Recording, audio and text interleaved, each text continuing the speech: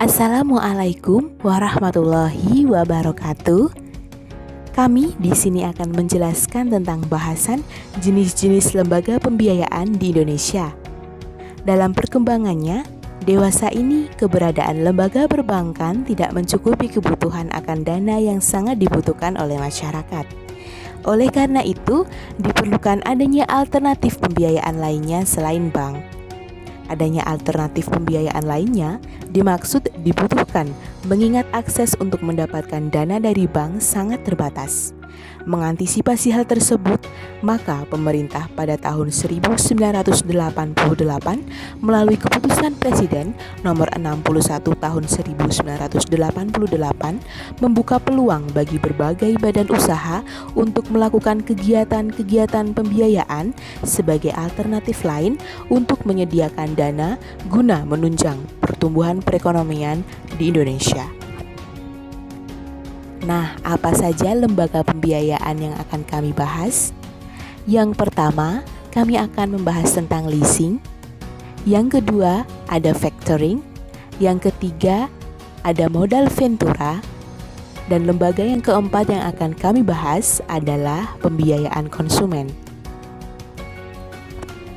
Sebelum memasuki bahasan, kami dari kelompok 7 yang beranggotakan Latifatul Hanimah, Hermalia Adinda Putri, Anissa Zafira, adapun Hanim Putri Ayunda, Rahma Yuanita, dan Tria Lestari.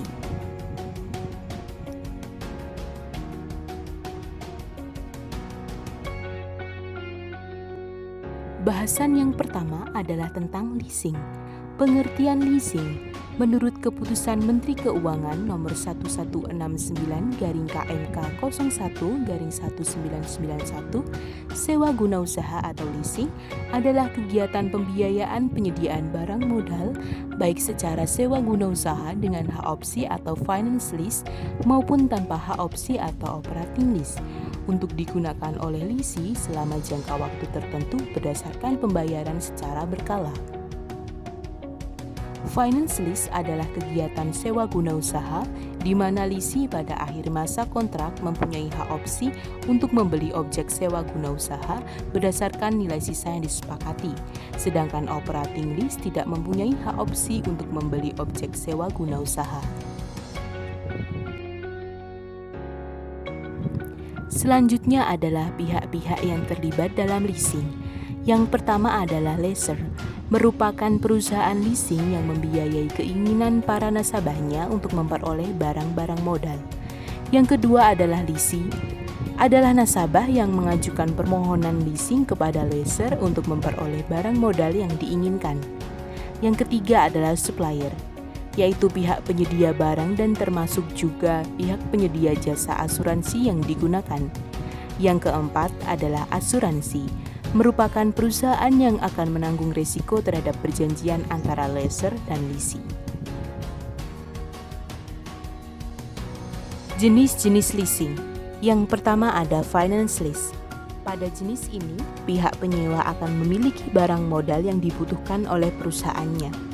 Kemudian melakukan sebuah pemesanan dan pemeriksaan untuk barang modal yang menjadi objek transaksi leasing tersebut. Setelah itu, yang membayar adalah pihak lessor dan barang kemudian diberikan kepada pihak lisi. Yang kedua ada operating lease, merupakan segala jenis leasing di mana pihak lessor melakukan pembelian barang dan kemudian disewakan kepada nasabah dalam jangka waktu tertentu. Yang ketiga ada sales type lease. Sales type lease atau lisi penjualan adalah sebuah jenis leasing yang umumnya dilakukan oleh perusahaan industri yang menjual lisi barang dari hasil produksinya. Yang keempat ada leverage lease, yaitu salah satu jenis leasing yang melibatkan pihak ketiga atau credit provider. Dengan kata lain, lessor tidak melakukan pembiayaan objek leasing sebesar 100% dari harga barang, melainkan hanya sekitar 20% sampai 40% saja. Sedangkan sisa barang tersebut dibiayai oleh pihak ketiga. Yang kelima ada cross-border lease. Cross-border lease ialah sebuah jenis leasing yang dilakukan antar negara. Dengan kata lain, Lessor dan lessee tidak berada dalam satu negara tetapi di dua negara yang berbeda. Pada umumnya, cross-border lease hanya melakukan leasing untuk barang yang nilainya sangat besar. Berikut adalah cara mengajukan leasing. Yang pertama, memilih dan menentukan lembaga leasing atau lessor, serta mengajukan permohonan leasing. Yang kedua, memperlihatkan kartu identitas, KK ataupun KTP. Yang ketiga, jika pengajuan disetujui, maka langkah selanjutnya harus mengisi formulir kontrak. Dan yang keempat, setelah itu melakukan kesepakatan mengenai aturan yang berlaku pada perusahaan leasing tersebut. Selanjutnya adalah manfaat dan keuntungan dari leasing. Yang pertama bersifat fleksibel. Leasing memiliki struktur kontrak sehingga dapat disesuaikan dengan kebutuhan perusahaan. Besarnya pembayaran atau jangka waktu leasing dapat diatur sesuai dengan kondisi perusahaan. Yang kedua dalam hal capital saving. Lessor pada umumnya membiayai 100% barang modal yang dibutuhkan oleh lease. Lessee dapat menghemat modal. Yang ketiga adalah cepat dalam pelayanan. Prosedur leasing yang sederhana berpengaruh pada cepat pelayanan dan realisasi pembiayaan.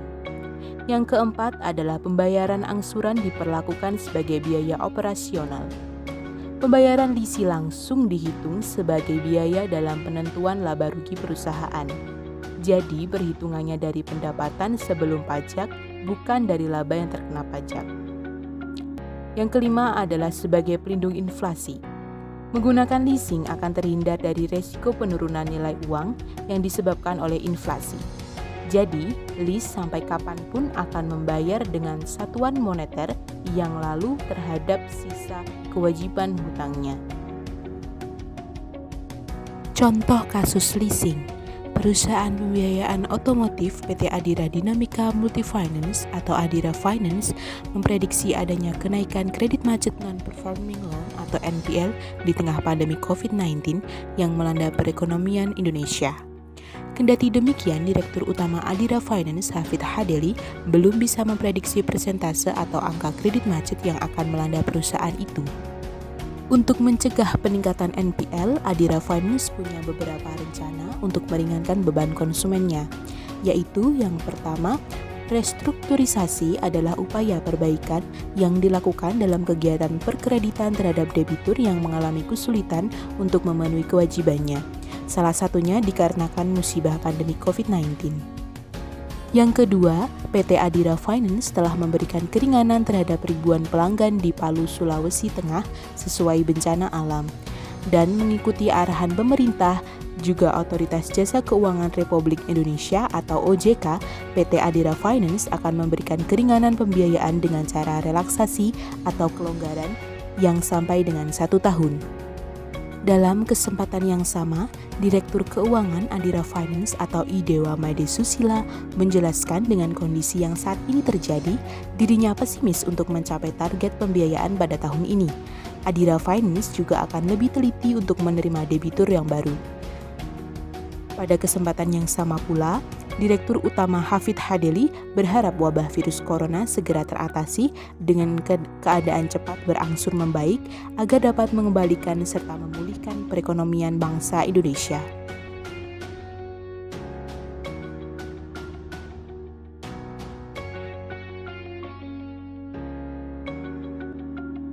Pengertian anjak piutang atau factoring.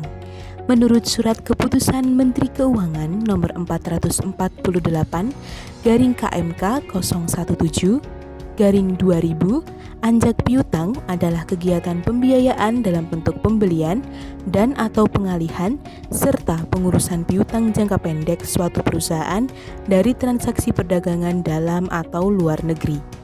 Menurut Kamus Bank Indonesia, anjak piutang adalah hukum kegiatan pembiayaan dalam bentuk pembelian dan atau pengalihan serta pengurusan piutang atau tagihan jangka pendek perusahaan atas transaksi perdagangan dalam atau luar negeri.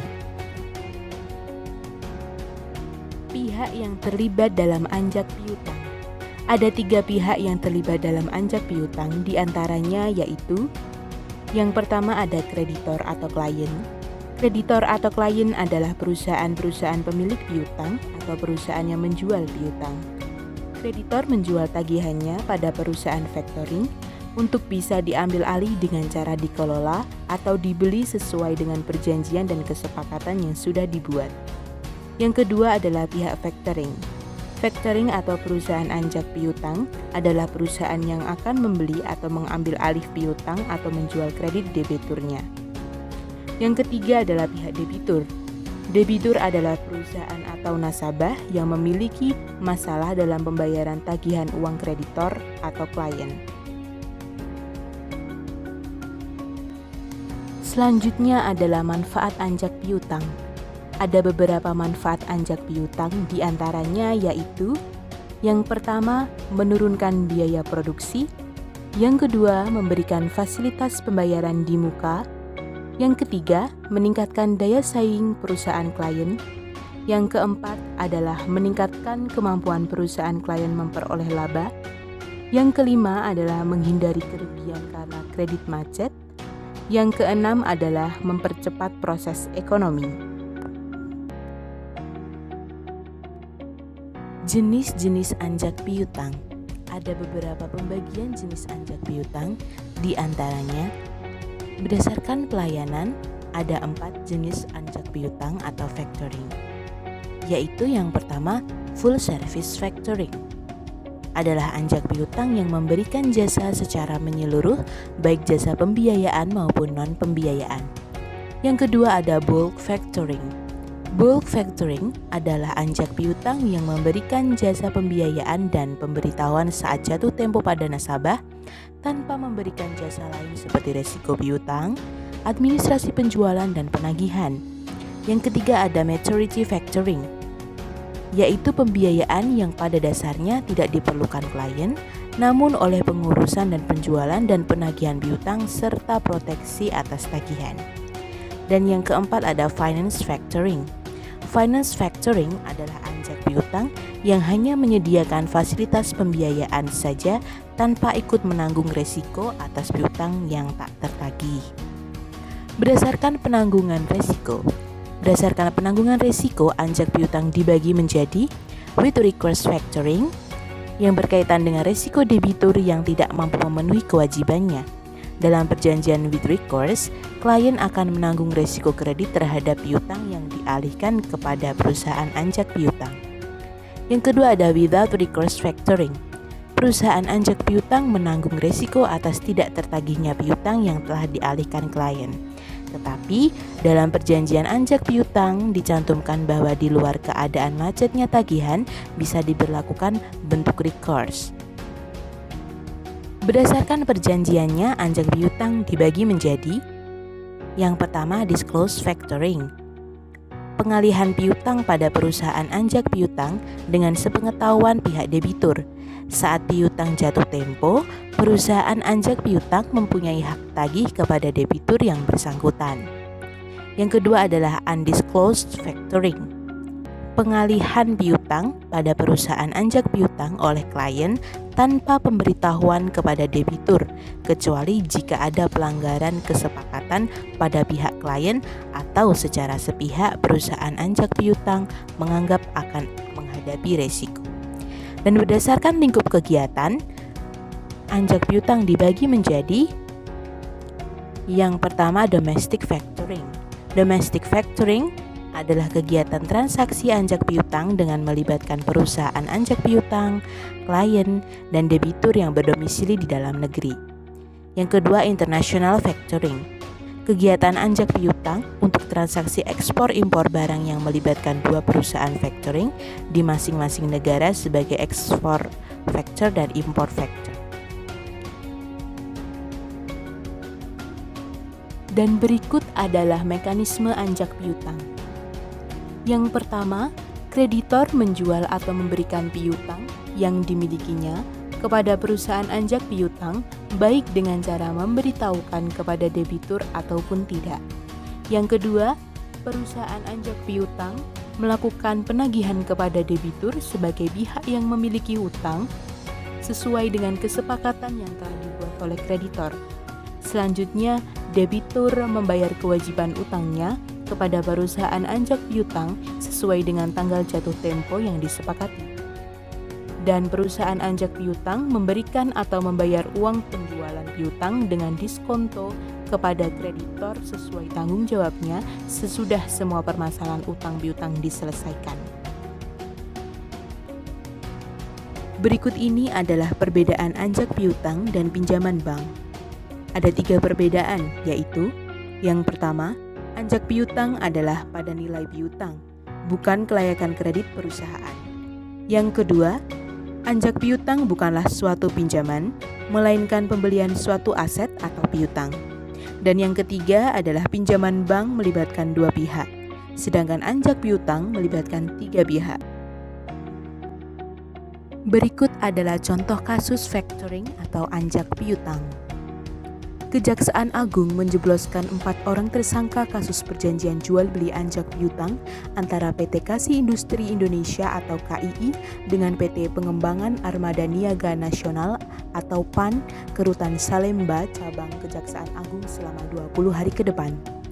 Jaksa Agung Muda Pidana Khusus atau Jampitsus Kejaksaan Agung Adi Tugarisman mengungkapkan penahanan terhadap 4 tersangka tersebut adalah wujud komitmen kejaksaan dalam memberantas setiap kasus korupsi di Indonesia. Menurut Adi, perkara tersebut telah merugikan keuangan negara sebesar 55 miliar rupiah sesuai hasil audit akuntan publik Pupung Heru. Kasus terjadi pada 31 Juli 2007, PT PAN Persero melakukan perjanjian jual beli piutang atau KISI dengan PT KII. Kemudian salah satu perubahannya invoice diganti dengan Bill of Loading atau surat pengangkutan jalan yang mengakibatkan PT KII dapat menjual piutangnya ke PT Indonesia Power kepada PT PAN Persero. Meskipun hak tagih PT KII belum timbul dan dalam adendum perjanjian PT PAN Persero mempunyai hak melakukan pengecekan langsung kepada PT Indonesia Power mengenai tagihan kepada PT KII terhadap tagihan dari PT KII yang jatuh tempo. Terhadap hal tersebut, PT PAN Persero telah mengetahui bahwa PT KII memperoleh pembayaran dari PT Indonesia Power. Hal ini sesuai dengan surat yang disampaikan oleh PT KII kepada PT Indonesia Power dan PT PAN Persero mengetahui bahwa pembiayaan anjak piutang PT KII telah jatuh tempo. Selanjutnya, PT KII tidak memenuhi kewajibannya untuk melakukan pembayaran, sehingga pembiayaan PT KII dinyatakan macet. Namun, tetap memberikan persetujuan untuk diberikan pembiayaan kepada PT KII dan PT KII tidak pernah membayarkan anjak piutang kepada PT PAN Persero.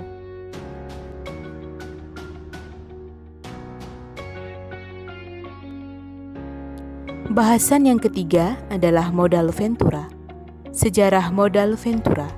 Perusahaan modal Ventura di Indonesia diawali dengan pembentukan PT Bahana Pembinaan Usaha Indonesia atau BPUI, sebuah badan usaha milik negara atau BUMN yang sahamnya dimiliki oleh Departemen Keuangan sebesar 82,2% dan Bank Indonesia sebesar 17,8%.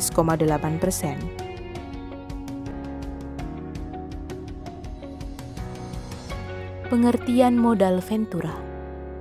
Menurut Keputusan Presiden Nomor 61 Tahun 1998, modal Ventura adalah badan usaha yang melakukan usaha pembiayaan dalam bentuk penyertaan modal ke dalam suatu perusahaan yang menerima bantuan pembiayaan untuk jangka waktu tertentu.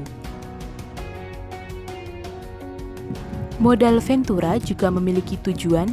Yang pertama, mengembangkan proyek, misalnya proyek penelitian, di mana proyek ini biasanya tanpa memikirkan keuntungan semata, yaitu untuk penelitian pengembangan ilmu pengetahuan. Tujuan yang kedua adalah pengembangan teknologi baru, di mana pembiayaan untuk usaha baru ini memperoleh keuntungan jangka panjang. Yang ketiga, pengambil alihan perusahaan, yang bertujuan untuk mengambil alih kepemilikan perusahaan lain yang lebih banyak diarahkan untuk mencari keuntungan. Tujuan yang keempat adalah kemitraan, dalam rangka pengentasan kemiskinan dengan tujuan untuk membantu para pengusaha yang kekurangan modal dan tidak punya jaminan material sehingga sulit memperoleh pinjaman dari bank. Yang kelima adalah alih teknologi, di mana perusahaan yang masih menggunakan teknologi lama lalu modal ventura untuk memperoleh dana agar mengganti teknologi lama menjadi teknologi baru. Tujuan yang keenam adalah membantu likuiditas, di mana perusahaan meminta bantuan kepada modal ventura untuk membantu likuiditas perusahaannya.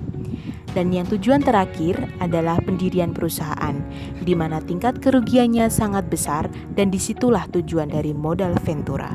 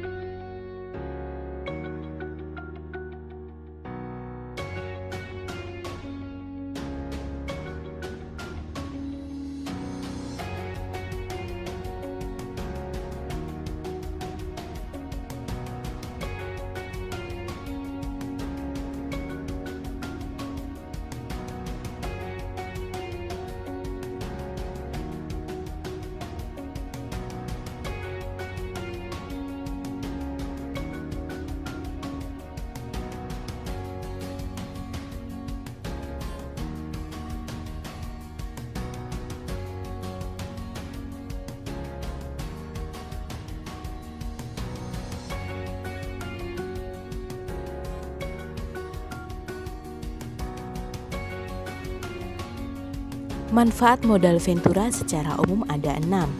Yang pertama, peningkatan kegiatan usaha. Biasanya perusahaan pasangan adalah usaha kecil yang butuh dana untuk meningkatkan usaha. Pembiayaan dari modal ventura dapat membantu peningkatan kegiatan usahanya. Yang kedua, meningkatkan potensi usaha. Individu maupun kelompok yang berhasil menciptakan sesuatu baru umumnya membutuhkan dukungan dana. Modal ventura dalam hal ini berperan sebagai rekan usaha yang dapat membantu pengembangan produk atau bisnis menjadi lebih besar. Yang ketiga, pemasaran produk lebih efisien. Produk pemasaran pada usaha rintisan umumnya tidak efisien karena jumlah produksinya masih kecil. Dengan adanya bantuan dana dari modal ventura, maka perusahaan pasangan dapat meningkatkan efisiensi pemasaran produk. Yang keempat, mendapat kepercayaan dari bank. Umumnya, perusahaan rintisan sulit mendapatkan pendanaan dari bank karena manajemennya yang masih belum efektif. Dengan masuknya dana dari modal ventura, maka hal ini akan meningkatkan kepercayaan bank kepada perusahaan rintisan dalam pemberian modal usaha. Yang kelima, tingkat likuiditas membaik. Perusahaan rintisan yang mendapat dana dari modal ventura tidak harus membayar beban bunga dan angsuran hutang. Dengan begitu, maka penambahan modal penyertaan langsung akan meningkatkan likuiditas perusahaan rintisan tersebut. Dan yang keenam, rentabilitas semakin baik.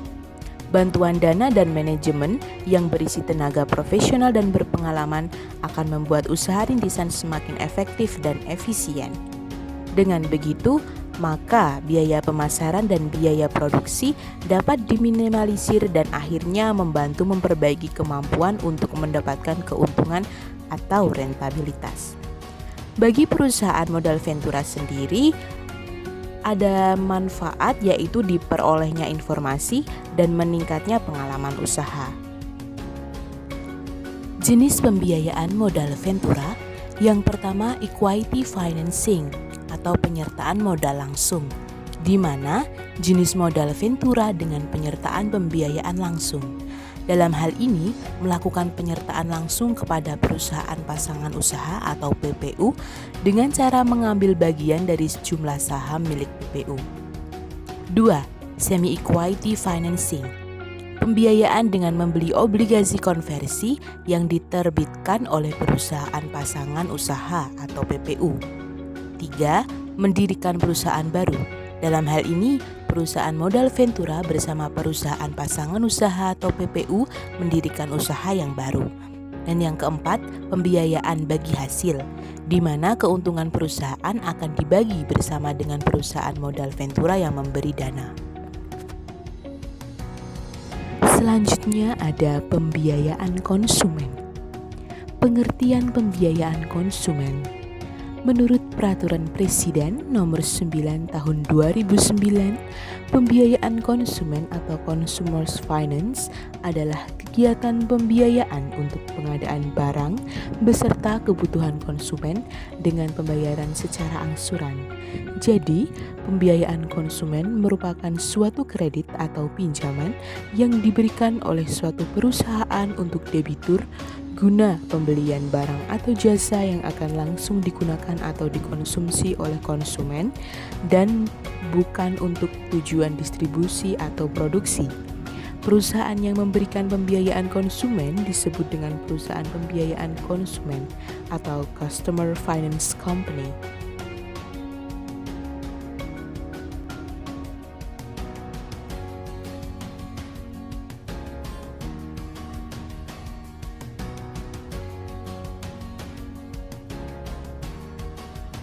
Ada dua dasar hukum pembiayaan konsumen, yang pertama dari segi hukum perdata dan kedua di luar hukum perdata. Lalu, perkembangan pembiayaan konsumen juga disebabkan oleh adanya kendala-kendala bagi masyarakat berpenghasilan rendah untuk dapat mengakses dana dari sumber lain. Menurut Abdul Qadir Muhammad dan Rilda Murniati, ada 4 hal yang mendorong perkembangan pembiayaan konsumen, yaitu yang pertama, keterbatasan sumber dana formal. Yang kedua, koperasi simpan pinjam sulit berkembang. Yang ketiga, bank tidak melayani pembiayaan konsumen. Dan yang keempat, pembiayaan lintah darat yang mencekik. Adapun para pihak dalam perjanjian pembiayaan konsumen antara lain, yang pertama, perusahaan pembiayaan konsumen atau kreditur, badan usaha berbentuk PT atau koperasi yang melakukan kegiatan pembiayaan untuk pengadaan barang berdasarkan kebutuhan konsumen dengan sistem pembayaran angsuran atau berkala oleh konsumen. Yang kedua adalah konsumen atau debitur, pihak pembeli barang dari supplier atas pembayaran oleh pihak ketiga, yaitu perusahaan pembiayaan konsumen. Dan yang ketiga ada supplier atau dealer, yaitu pihak penjual barang kepada konsumen atas pembayaran oleh pihak ketiga, yaitu perusahaan pembiayaan konsumen. Hubungan kontraktual antara supplier dan konsumen adalah jual beli bersyarat. Dan jenis-jenis perusahaan pembiayaan konsumen yaitu yang pertama, perusahaan pembiayaan konsumen yang merupakan anak perusahaan dari pemasok. Perusahaan pembiayaan konsumen ini dibentuk oleh perusahaan induknya, yaitu pemasok, untuk memperlancar penjualan barang dan jasanya. Biasanya perusahaan ini hanya melayani barang dan jasa yang diproduksi atau ditawarkan oleh perusahaan induknya. Yang kedua, perusahaan pembiayaan konsumen yang merupakan satu grup usaha dengan pemasok. Perusahaan pembiayaan konsumen jenis ini pada dasarnya tidak berbeda dengan perusahaan pembiayaan konsumen yang merupakan anak perusahaan dari pemasok. Perbedaannya hanya terletak pada hubungan antara pemasok dengan perusahaan pembiayaan non-konsumen. Dan yang ketiga yaitu perusahaan pembiayaan konsumen yang tidak mempunyai kaitan kepemilikan dengan pemasok. Perusahaan pembiayaan jenis ini biasanya tidak hanya melayani pembiayaan atas pembelian barang pada satu pemasok saja. Lalu, apa saja dokumen yang dibutuhkan dalam proses pembiayaan konsumen? Ada 4 dokumen yang dibutuhkan. Yang pertama, dokumen kelayakan konsumen. Yang kedua, dokumen perjanjian. Yang ketiga, dokumen kepemilikan objek pembiayaan. Dan yang keempat, dokumen kepemilikan jaminan. Dokumen kelayakan konsumen, dokumen yang diperlukan oleh perusahaan pembiayaan konsumen untuk menentukan apakah suatu konsumen layak dibiayai atau tidak. Yang kedua, dokumen perjanjian, dokumen yang menunjukkan kesepakatan-kesepakatan antara pihak-pihak yang terkait dalam proses pembiayaan konsumen. Yang ketiga, dokumen kepemilikan objek pembiayaan. Dokumen yang merupakan bukti kepemilikan atas barang yang dibiayai dengan pembiayaan konsumen. Dan yang terakhir ada dokumen kepemilikan jaminan. Dokumen yang terkait dengan kepemilikan jaminan atas pemenuhan kewajiban calon debitur.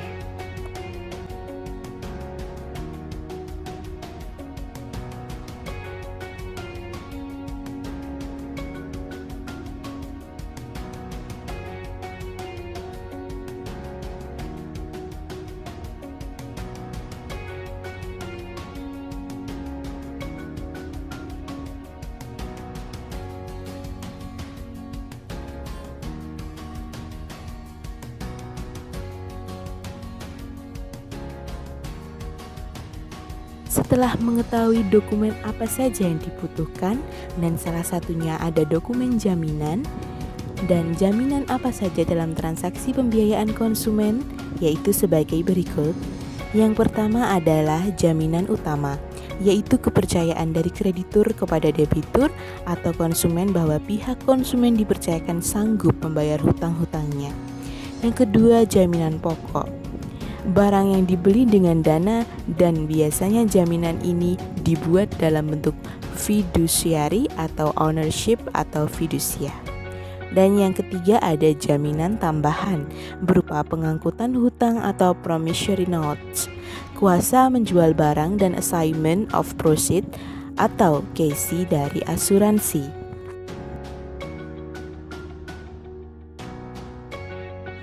Setelah mempelajari tentang pembiayaan konsumen, berikut adalah manfaat pembiayaan konsumen. Yang pertama, bagi pemasok. Manfaat utama bagi pemasok dengan adanya pembiayaan konsumen adalah meningkatkan penjualan. Dan yang kedua, bagi konsumen, manfaat utama bagi konsumen adalah kesempatan untuk membeli atau memiliki barang meskipun dana yang tersedia saat ini belum cukup untuk menutup seluruh harga barang dan jasa. Dan yang ketiga, bagi perusahaan pembiayaan konsumen. Manfaat utama yang dapat diperoleh perusahaan pembiayaan konsumen adalah penerimaan dari bunga dan biaya administrasi yang dibayarkan oleh konsumen. The price of success is hard work, dedication to the job at hand, and the determination that whether we win or lose, we have applied the best of ourselves to the task at hand. Vince Lombardi. Cukuplah presentasi dan pembahasan dari kelompok 7 mengenai lembaga pembiayaan. Semoga bermanfaat. Terima kasih kami ucapkan. Wassalamualaikum warahmatullahi wabarakatuh.